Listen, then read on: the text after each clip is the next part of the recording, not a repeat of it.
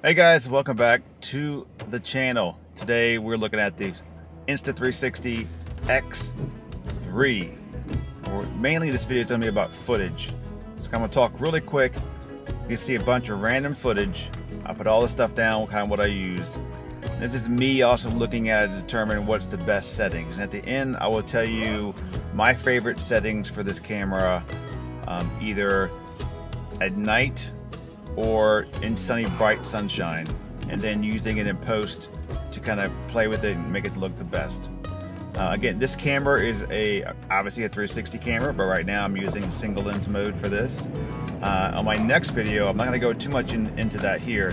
I will compare the single lens mode with the GoPro Hero 11 and the DJI Action 2 to see which one gives the best image quality. And I said before, if the Insta X3 can produce a decent style of video like this, then that kind of knocks out the need to have another type of action camera.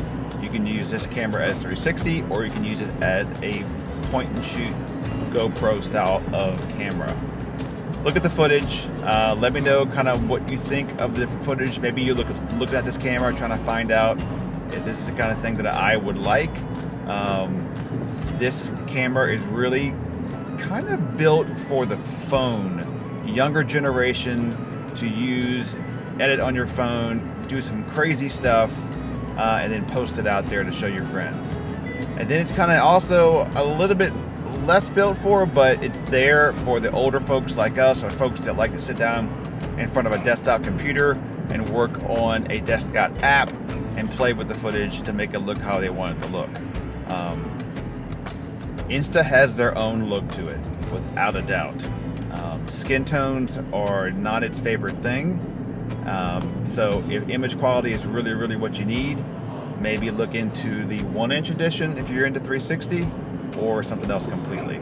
I was gonna film this in my studio, but what's the point? You wanna see the footage from the X3, so why get behind the big camera and talk about it and then show you some footage? This is the footage inside of a car. I think I have it on standard. Yeah, I have it on standard. I didn't play with the white balance on auto, the EVs on auto. That's about it. That's all I changed. All right, I'm gonna take this footage. I'm gonna show you in all different formats. All right, so I'm sweating because I went for a run. So the first format, plus it's kind of like getting ready to rain, so the clouds are out, so it's kind of good for not so sunny test. So the question is, all right, the first one right now is going to be just standard, right out of the camera, nothing added in post. All right, I'm going to take this footage. I'm going to show you in all different formats. All right, so I'm sweating because I went for a run. So the first format, plus it's kind of like getting ready to rain, so the clouds are out, so it's kind of good for not so sunny test. All right, I'm going to take this footage. I'm going to show you in all different formats. All right, so I'm sweating because I went for a run. So the first format, plus it's kind of like getting ready to rain, so the clouds are out, so it's kind of good for not so sunny test. All right, I'm going to take this footage. I'm going to show you in all different formats. All right, so I'm sweating because I went for a run. So the first format, plus it's kind of like getting ready to rain, so the clouds are out, so it's kind of good for not so.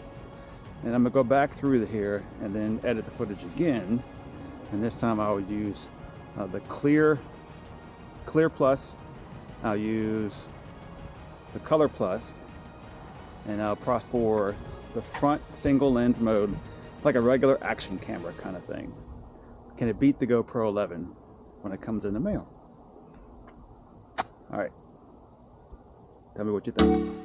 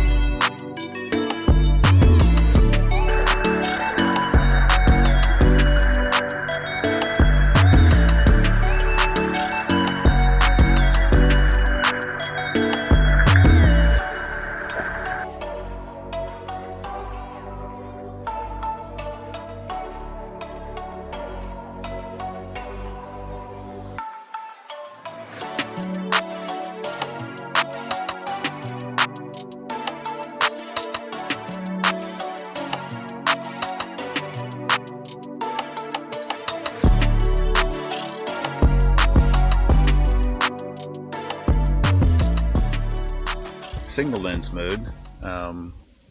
Sharpness is on low, and switch the microphones to stereo. See if that sounds any better.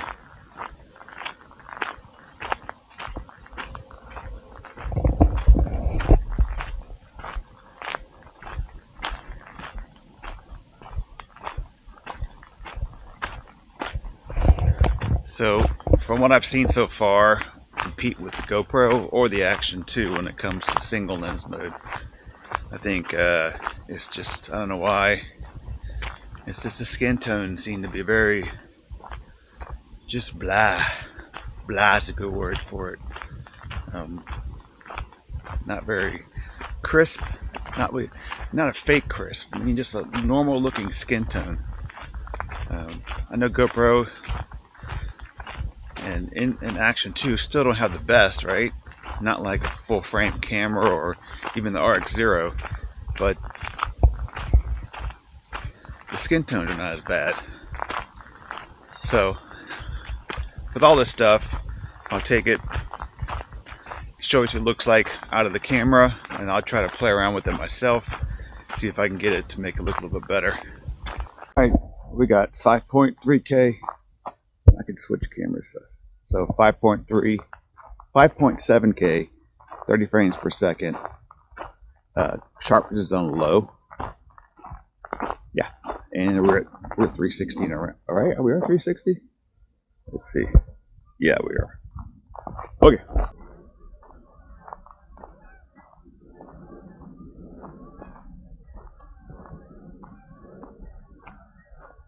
This is a good camera to use in case you get attacked by a bear.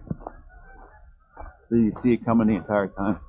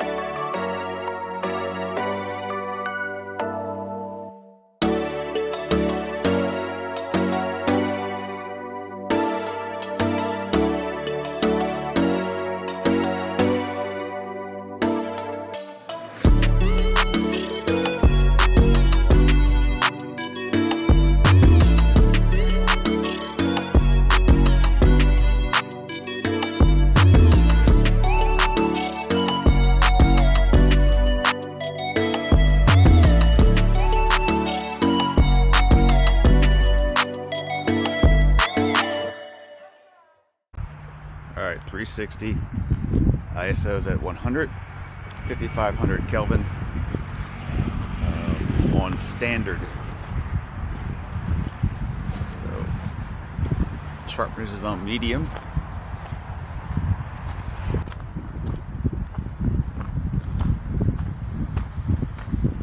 So we'll do this and we'll do some log here in a minute.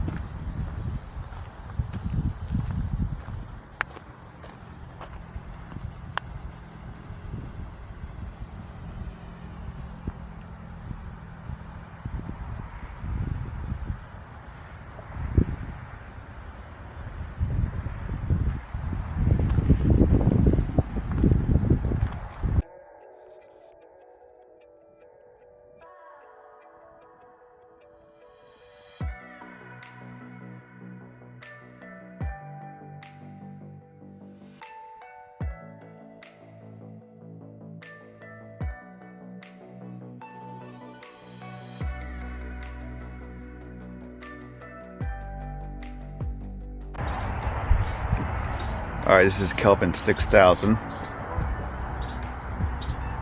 back to standard. EV comp is at negative or 0.51. Half 0.5 negative.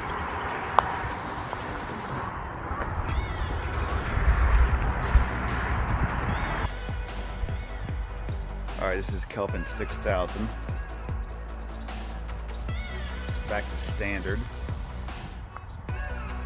EV comp is at negative or 0.51. Half 0.5 negative.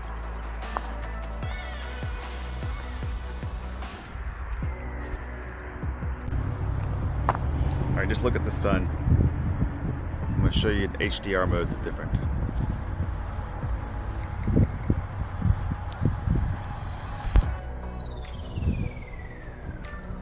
Alright, HDR mode. Only thing you can change in HDR mode is the white balance. So I put it on 5500.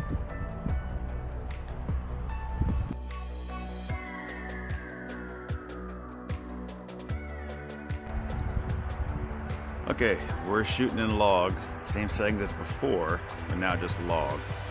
So we'll take this and we'll play with it the LUT.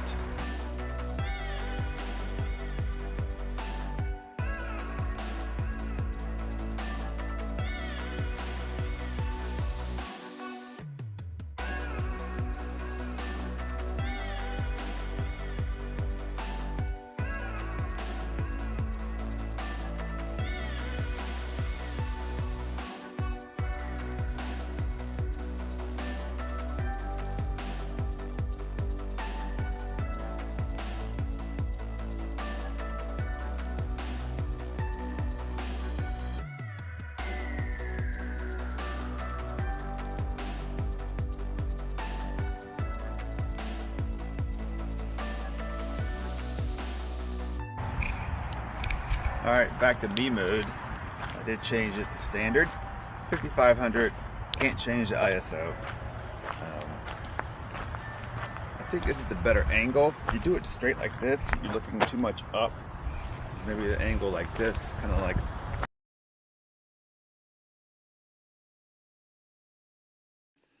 Well, that was a lot, right? That's a lot of stuff to go over.